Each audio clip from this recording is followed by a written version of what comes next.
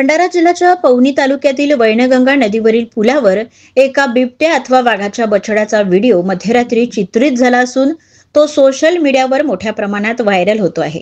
आणि मध्यरात्री काही स्थानिक नागरिक प्रवास करत असताना त्यांनी एका प्राण्याच्या हालचाली मोबाईलमध्ये टिपल्या आणि बिबट्याचा की वाघाचा बछडा आहे यावरून नागरिकांमध्ये तर्कवितर्क सुरू आहे।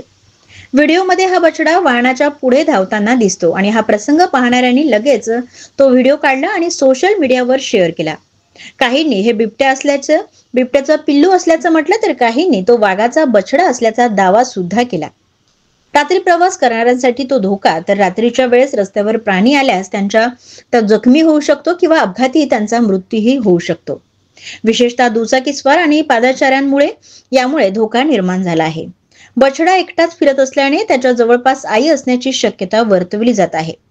पवनी परिसरात दाट जंगल असून उमरेड कऱ्हाडला पवनी अभयारण्य येथे लागूनच आहे आणि त्यामुळे या भागात वाघ व बिबट्याचे दर्शन नवीन नाही। मात्र अशा घटनांमुळे रात्रीच्या प्रवासात अधिक खबरदारी घेणे ही गरजेचे ठरत आहे।